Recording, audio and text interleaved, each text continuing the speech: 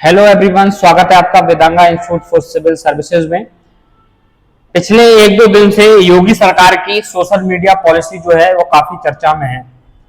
तमाम तरीके से सोशल मीडिया पर शॉर्ट्स वायरल हो रहे हैं कि आप यूट्यूब चलाइए और 8 लाख कमाइए।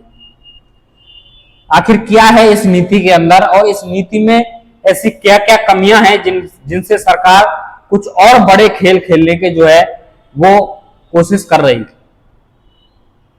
और सोशल मीडिया इन्फ्लुएंसर्स का ही यानी कि जो यूट्यूबर्स हैं, इंस्टाग्राम पर जिनके फॉलोअर्स ज्यादा हैं, उन्हीं का सरकार ने इस्तेमाल क्यों किया, आज की इस वीडियो में समझने का हम प्रयास करेंगे। देखिए, ये जो नीति लाई गई है सरकार के द्वारा, ये सरकार के द्वारा नीति एक स्पष्ट विजन के साथ लेकर आई गई है, यानी कि एक सोची समझी रणनीति के साथ लेकर आई गई है कि सोशल मीडिया पर जो लोग हैं, यूट्यूब पर देखिए, इंस्टाग्राम पर देखिए, आप ट्विटर पर देखिए, इसको एक्स अभी बोलते हैं, फेसबुक पर आप देखिए, तो सभी पर सोशल मीडिया पर लोग ज्यादा हैं, 20-20 मिलियन तक, 30-30 मिलियन, 100-100 मिलियन तक कुछ चैनल जो एंटरटेनमेंट चैनल हैं उनके सब्सक्राइबर्स हैं। और आज के जमाने में जो भी हमारी जनरेशन है, कोई ऑफिस में काम कर रहा है जो रास्ते में जाता हुआ रील देख रहा है, कोई आज के जमाने में तो किसान भी, जो आधुनिक किसान है, यंग एज के किसान है, वो भी क्या कर रहे हैं, खेत में पानी चल रहा है, मेड़ पे बैठ के अपना जो है वो यूट्यूब चला रहे हैं, आप फेसबुक चला रहे हैं, इंस्टाग्राम चला रहे हैं, वो भी आजकल ये सब। तो पूरा देश का हर सेक्टर, हर व्यक्ति जो है वो सोशल मीडिया से जुड़ा हुआ है। इसलिए सरकार को अपनी नीतियों को, अपनी पॉलिसियों को लोगों तक पहुंचाने में आसानी होगी। सरकार की कोई योजना इस माध्यम से लोगों तक पहुंचे तो अच्छी बात है, लेकिन कहीं ना कहीं जब सरकार के प्रचार की बारी आती है तो उसमें उस राजनीतिक पार्टी का भी प्रचार होता है जो राजनीतिक पार्टी उस समय सत्ता में। अभी सबको ये लग रहा होगा कि ये बीजेपी ने अपने फायदे के लिए बनाया है, लेकिन जब बीजेपी की सरकार नहीं रहेगी, ऐसा तो है नहीं कि आजीवन योगी आदित्यनाथ ही उत्तर प्रदेश के चीफ मिनिस्टर रहे, कल को अखिलेश यादव बने या फिर और कोई व्यक्ति बने तो उसको भी इससे बेनिफिट होगा। उस समय वो जो प्रचार करेगा इसके माध्यम से तो उसकी राजनीतिक पार्टी जो होगी उसको भी फायदा होगा। लेकिन सरकार की नीतियां भी आम लोगों तक जल्दी पहुंच पाएंगी कंपैरेटिवली सरकार जो नेशनल न्यूज चैनल्स हैं उन पर जो लगाती है, क्योंकि हर व्यक्ति के पास टीवी देखने के लिए समय नहीं होता, लेकिन मोबाइल हर व्यक्ति चला रहा है, ये कंफर्म है। ठीक है, छोटे से लेकर बड़े तक हर व्यक्ति के पास सरकार का जो इंफॉर्मेशन है वो पहुंच जाएगा बड़ी आसानी के साथ सोशल मीडिया इन्फ्लुएंसर्स के जरिए। ठीक है, कुछ दिन पहले ही, इलेक्शन से पहले की ही बात है, आपको पता होगा कि प्रधानमंत्री नरेंद्र मोदी ने बड़े बड़े यूट्यूबर्स को वहां बुलाया था, जिसमें धार्मिक जो काम कर रहे हैं या फिर कुछ कहे कथाकार जिनको कहिए उनको भी बुलाया गया था, और भी जो कॉमेडियन हैं उन सबको, सभी प्रकार के यूट्यूबर्स को प्रधानमंत्री ने वहां बुलाया और उनको सम्मानित किया। ठीक है, उनके काम के लिए तरह तरीके के लोग वहां थे। ठीक है, और लाखों में सब्सक्राइबर उनके वहां थे। तो देखिए, इससे तब काफी लोग विपक्ष में थे, वो आलोचना कर रहे थे कि मोदी जी बीजेपी के प्रचार के लिए जो है ऐसी नीतियों का इस्तेमाल कर रहे हैं, क्योंकि सोशल मीडिया इन्फ्लुएंसर हैं, ये यूट्यूबर्स हैं, ये घर जाएंगे, अपने घर जाके एक वीडियो बनाएंगे कि आज हमें प्रधानमंत्री ने सम्मानित किया, और वो वीडियो लाखों लोग देखेंगे, तो कहीं ना कहीं से उस पार्टी का जो है वो प्रचार होगा, ऐसा विपक्ष का मानना है। और ये सही भी है कि इससे पॉलिटिकल फायदा डेफिनेटली है वो होगा। और इसी कड़ी में योगी सरकार ने, उत्तर प्रदेश की सरकार ने फैसला किया है कि वो तेजी से दोनों काम कर पाएगी, सरकार की योजनाओं को भी पहुंचा पाएगी और पार्टी का प्रचार भी होगा। इस समय तो उनके दिमाग में ये चीज भी होगी कि पार्टी का भी हमारा प्रचार होगा, पार्टी की नीतियों को लोग समझ पाएंगे अगर कुछ अच्छा काम कर रहे हैं।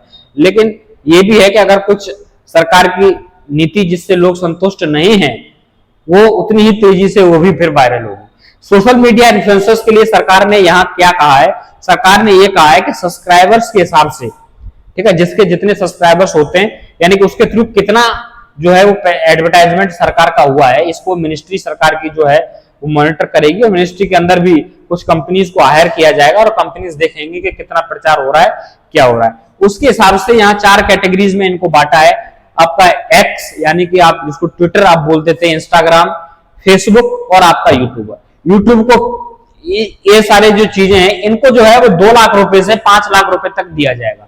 आपके सब्सक्राइबर कितने सब्सक्राइबर आपके व्यूज दे रहे हैं वो आपको देखना है। अच्छा, ये ऐड आएगा कैसे, मिलेंगे कैसे, ये आपको ऐड ऐसे नहीं है कि आपके चैनल पर कोई ऐड आ गया, नहीं, ऐड की वजह से नहीं। जैसे फेसबुक है तो फेसबुक के ऊपर आपने कोई वीडियो बना के डाला सरकार की पॉलिसी को लेकर, कि सरकार ने हाल ही में ये नीति लाई है, इसमें ये अच्छाइयां, आपने उसको अपने फेसबुक उस पर जो है वो सेंड कर दिया, या आपने एक पोस्टर बनाया सरकार की किसी पॉलिसी का, उस पोस्टर को आपने अपने फेसबुक पर जो है वो पोस्ट कर दिया, तो उस पर जितने व्यूज आएंगे, उस पर जितने लाइक आएंगे, उस पर जो कमेंट आएंगे, उसके आधार पर पैसा जो है डिसाइड होगा। वो कंपनी डिसाइड करेगी, जो मीडिएटर जो रहेगी कंपनी वो डिसाइड करेगी। हो सकता है कि सरकार की कोई एजेंसी हो, ये भी हो सकता है कंपनी ना हो, ठीक है।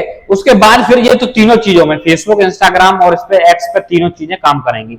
लेकिन जो यूट्यूब है, यूट्यूब में देखिए दो तरीके से, लॉन्ग वीडियो और शॉर्ट्स वीडियो। लॉन्ग वीडियो को कितने लोग देखते हैं, शॉर्ट्स वीडियो को कितने लोग देखते हैं, वो भी जो है कैटेगरी में बांटा जाएगा। लॉन्ग वीडियो का पैसा अलग होगा, शॉर्ट्स का पैसा अलग होगा। लेकिन ये नहीं है कि आपको कोई सरकार का ऐड है उसको अपनी वीडियो के बीच में चला देना, आपको बताना है बाकायदा सरकार के ऐड के बारे में, सरकार की स्कीम के बारे में, सरकार की नीतियों के बारे में बताना है आपको, ठीक है। जैसे मैं ये वीडियो बना रहा हूं आपके सामने, तो जब मैंने ये वीडियो शुरू किया तो मैं उसमें बताऊंगा आपको कि आज मैं योगी की नीतियों के बारे में चर्चा करने जा रहा हूं। लेकिन उससे पहले मैं आपको बता दूं कि ये जो केंद्र सरकार की योजना है, या प्रधानमंत्री ने योजना की है, योगी आदित्यनाथ जी ने ये योजना शुरू की है, तो उसके बारे में मुझे 2 मिनट आपको बताना है, फिर मैं अपना वीडियो शुरू करूंगा। जैसे आप देखते होंगे पेड कोर्सेज का प्रमोशन किया जाता है, इसी तरीके से सरकार का प्रमोशन करना है, ठीक है। नॉर्मल एड्स जो आते हैं बीच बीच में, बीजेपी के ऐड आ गए, कांग्रेस के ऐड आ गए, ये तो आप यूट्यूब पर चलाएंगे वो तब भी आते हैं। कोई भी वीडियो देखिए आप किसी भी यूट्यूबर की, वो एड्स तो तब भी आते हैं। वो एड तो यूट्यूब आपको भेजता है, वो तो यूट्यूब का जो एल्गोरिथम होता है उसके थ्रू आपको मिलते हैं कि यूट्यूब पर किस तरीके का कंटेंट आप चाहते हैं। तो उस पर तो लगाम नहीं लगाई जा सकती है, लेकिन हाँ इस तरीके से सरकार आपसे अपना प्रचार कहिए या फिर कहिए सरकार की नीतियों को पहुंचाना है। तो इसमें तो देखिए सारे सोशल मीडिया वालों को खुश होना चाहिए, ठीक है भैया, उनको तो पैसा कमाने के लिए मिलेगा। लेकिन कुछ चिंताएं भी इसके लेकर हैं कि ऐसा नहीं हो कि पूरा सरकार की सारी अच्छाइयां ही दिखाई देने लग जाएं। इन सभी यूट्यूबर्स के लाखों में सब्सक्राइबर्स हैं, तो सरकार की कमियां, सरकार के आलोचक जो है वो खत्म ही हो जाएं। पता चले कि कोई सरकार की आलोचना कर ही नहीं रहा है, सब सोशल मीडिया वाले पैसा कमाने में लगे हुए हैं कि 8-8 लाख रुपए महीने तक मिल सकते हैं। मैक्सिमम इसकी लिमिट जो है 8 लाख है, ठीक है, यूट्यूब पर। तो इतना पैसा कमाने में लगे हुए हैं, अगर उनको पैसा मिलेगा तो जाहिर सी बात है कि सरकार की तारीफ करेंगे, सरकार की नीतियों की। तो फिर आलोचक कहां जाएंगे? और लोकतंत्र में जब तक आलोचक नहीं होते तब तक संतुलन नहीं बनता, सरकार को भी एक सही दिशा नहीं मिल पाती है, अगर आप एक डेमोक्रेटिक कंट्री के अंदर रह रहे। लेकिन यहाँ चिंता सरकार की सिर्फ एक इसी वजह से नहीं है कि भाई सरकार के आलोचक कम हो जाएंगे, खत्म हो जाएंगे, ज्यादातर सोशल मीडिया वाले उस पर रहेंगे, तो ज्यादातर सोशल मीडिया पर कंटेंट, मतलब जिस पार्टी की सरकार होगी उसी पार्टी का जो है वो कंटेंट रहेगा, तो उस पार्टी को सरकार बनाने में भी आसानी रहेगी, प्रचार करने में भी आसानी रहेगी। लेकिन इससे भी आपत्तिजनक बात जो सरकार ने इस अधिनियम के अंदर लेके आई है वो ये है कि सरकार ने ये कहा है कि राष्ट्र विरोधी अगर कोई कंटेंट डालेगा सोशल मीडिया के अंदर, यूट्यूब पर, फेसबुक पर, तो उसको आजीवन कारावास की सजा जो है वो दी जा सकती है। ये कहा है कि अगर कोई आपत्तिजनक डालेगा, अभी तक उसको आईटी एक्ट में जो है वो 66E और F में जो है उल्लंघन माना जाता था, तो उसमें बहुत बड़ी सजा नहीं होती थी। लेकिन राष्ट्रद्रोह का आरोप लगना अपने आप में एक बड़ी वो है। लेकिन ठीक है, देश विरोधी कंटेंट आप डाल रहे हैं तो आपको अगर कोई इस तरीके की सजा हो रही है, तो यहाँ भी लोगों का मानना है कि राष्ट्र विरोधी, ऐसा तो नहीं है कि अभिव्यक्ति की आजादी को छीनने का प्रयास किया जा रहा हो। यहाँ सबसे बड़ा डर ये नहीं है कि देश विरोधी कंटेंट डालने पर सजा है, सबसे बड़ी ये है कि देश विरोध की परिभाषा जो है वो यहाँ डिफाइन नहीं है। और सरकार ने एक बड़ी ही जो है शालीनता के साथ एक शब्द का यहां इस्तेमाल किया है कि आपत्तिजनक पोस्ट, ठीक है, आपत्तिजनक पोस्ट का भी यहां इस्तेमाल सरकार ने किया है कि अगर आपत्तिजनक पोस्ट, देशद्रोह ऑब्लिक आपत्तिजनक पोस्ट, ठीक है, तो आपत्तिजनक पोस्ट तो कोई भी हो सकती है। अगर मैं सरकार के विरुद्ध कोई ऐसी पोस्ट करता हूं, मुझे सरकार की कोई नीति, कोई योजना सरकार की पसंद नहीं है, मैंने सरकार के विरुद्ध कुछ पोस्ट किया, आलोचना की, प्रधानमंत्री की या मुख्यमंत्री की आलोचना की, तो वो आपत्तिजनक ही है सरकार के लिए, तो उस पार्टी के लोगों के लिए तो आपत्तिजनक ही है। तो ऐसे केस में क्या उस पर देशद्रोह लगा दिया जाएगा? या फिर ऐसा तो नहीं है कि उसका मिसयूज करके सरकार लोगों का फायदा उठाए। देशद्रोह की क्लियर डेफिनेशन हो कि भाई आप झंडे का अपमान करोगे तो देशद्रोह है, आप देश के राष्ट्रपति से कुछ करोगे तो देशद्रोह है, आप देश की सेना को अगर कुछ अपमान करते हो तो देशद्रोह है। यहाँ इसकी देशद्रोह के साथ इन्होंने एक शब्द बड़ा शालीनता के साथ जोड़ दिया है कि आपत्तिजनक टिप्पणी, आपत्तिजनक कमेंट, ठीक है। तो आपत्तिजनक कमेंट के अंदर तो सरकार बहुत कुछ खेल खेल सकती है। सरकार किसी को भी अंदर करना चाहती है, जब तक जमानत मिलेगी तब तक तो कम से कम अंदर ही रख सकती है उसको सरकार। हो सकता है कि ये अधिनियम जो है अभी कोर्ट में चैलेंजिंग हो, क्योंकि अभिव्यक्ति की आजादी को तो ये यहाँ बहुत ज्यादा प्रभावित करेगा, क्योंकि स्पष्टता का अभाव इस अधिनियम के अंदर है। खासकर देशद्रोह है तो देशद्रोह को क्लियर डिफाइन करना चाहिए था कि देशद्रोह का मतलब क्या है। कि आप झंडे के अपमान को लेकर बोल रहे हैं, राष्ट्र के अपमान को लेकर बोल रहे हैं, अलगाववादी बोलते हैं, आप अगर कश्मीर को लेकर कुछ ट्वीट करते हैं तो चीजें स्पष्ट हो, तो उसमें ज्यादा बेहतर है कि अभिव्यक्ति की आजादी और देशद्रोह में फर्क किया जा सके। सरकार के आलोचक और देश के आलोचक हमेशा अलग अलग होते हैं। सरकार का आलोचक कोई भी हो सकता है, सरकार के आलोचक हम भी हो सकते हैं, आप भी हो सकते हैं, लेकिन देश का आलोचक कभी कोई एक अच्छा भारतीय, सच्चा भारतीय तो नहीं हो सकता। ठीक है, हालांकि है ऐसे नमूनों की भारत में भी कोई कमी नहीं है, ये सब ब्रांड आपको इंडिया में भी मिल जाएंगे। ऐसा नहीं है कि देशद्रोही लोग या फिर देश पीठ पीछे देश के विरुद्ध काम करने वाले इंडिया में नहीं, बड़ी तादाद में मिलेंगे आपको।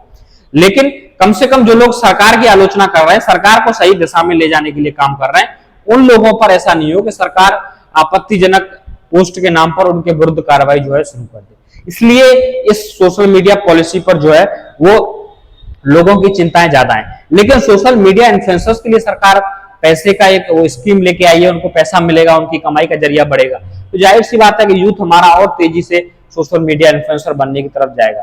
ठीक है, वैसे भी स्किल डेवलपमेंट के नाम पर हमें बहुत ज्यादा हम कुछ कर नहीं पाए। स्किल डेवलपमेंट में ज्यादातर हमारी यूथ, हमारी नहीं, इसमें दक्षिण एशिया में पूरी बात कर रहा हूँ, पाकिस्तान ले लीजिए, बांग्लादेश ले लीजिए, इन सब एरियाज में ज्यादातर लोगों के पास रोजगार के अभाव में सब लोग यूट्यूब की तरफ भागे हैं, सोशल मीडिया की तरफ भागे कि वहां से पैसा कमाया जाए, क्योंकि वहां से बहुत लोग, आपको पता होगा, रातों रात वायरल हो जा रहे हैं। और उस वायरल होने के लिए लोग कुछ भी कर रहे हैं, कोई रेल से लटक के वायरल हो रहा है, कोई पुल से लटक के वायरल हो रहा है, उसमें कई लोगों की जान भी चली जा रही है।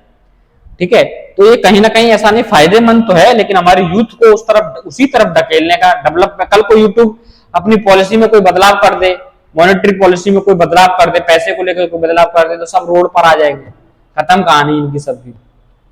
तो फिर इन लोगों के सामने जीवन की समस्या एक बड़ी समस्या बन जाएगी, क्योंकि आदत लगी हुई है इनको लाखों पैसे खर्च करने की, रॉयल जिंदगी जीने की, जो बड़े यूट्यूबर्स हो गए, फिर ये बेरोजगार हो जाएंगे बेचारे। तो ये भी एक समस्या है कि यूथ को आखिर हम यूट्यूब से ही क्यों जोड़ना चाहते हैं, इंस्टा फेसबुक से ही क्यों जोड़ना चाहते हैं। किसी और अच्छे काम के लिए भी पैसे हम दे सकते हैं लोगों के लिए, कोई और माध्यम से भी दे सकते हैं हम पैसे लोगों के लिए। ठीक है, कोई अच्छा काम कर रहा है, और सरकार के प्रचार के बहुत माध्यम होते हैं, ऐसा नहीं है कि सिर्फ सोशल मीडिया ही माध्यम है, उन पर भी सरकार को ध्यान देना चाहिए, ताकि यूथ डाइवर्ट होकर चले, चारों तरफ अपना काम करे, एक प्लेटफॉर्म पर आकर ऐसा नहीं हो कि उसी पर भागना शुरू कर दे, सब लोग यूट्यूबर ही बनने का प्रयास करें, चलो भाई 8 लाख रुपए महीने तो वहां से मिलेंगे। ठीक है, इस सब चीजों का ध्यान रखना बेहद जरूरी है। हालांकि इस नीति को लेकर अब क्या होगा ये तो आने वाला समय बताएगा, इसको कोर्ट में चुनौती दी जाएगी कि नहीं दी जाएगी। लेकिन हाँ, विवाद जरूर है कि इसने, सरकार ने एक देशद्रोह के साथ एक आपत्तिजनक टिप्पणी को जोड़ दिया, और सोशल मीडिया इन्फ्लुएंसर्स को सरकार के साथ सीधा जोड़ने से कहीं ना कहीं सरकार विरोधी ताकतें जो है, सरकार का जो विरोध करने वाले लोग हैं, उनकी कमी आ सकती है, ऐसा मानना है। अभी देखेंगे आगे वाले समय में क्या परिणाम आएंगे। अगर कुछ नया इस टॉपिक से रिलेटेड मिलेगा तो फिर नए वीडियो के साथ आपके साथ मिलेंगे। तब तक के लिए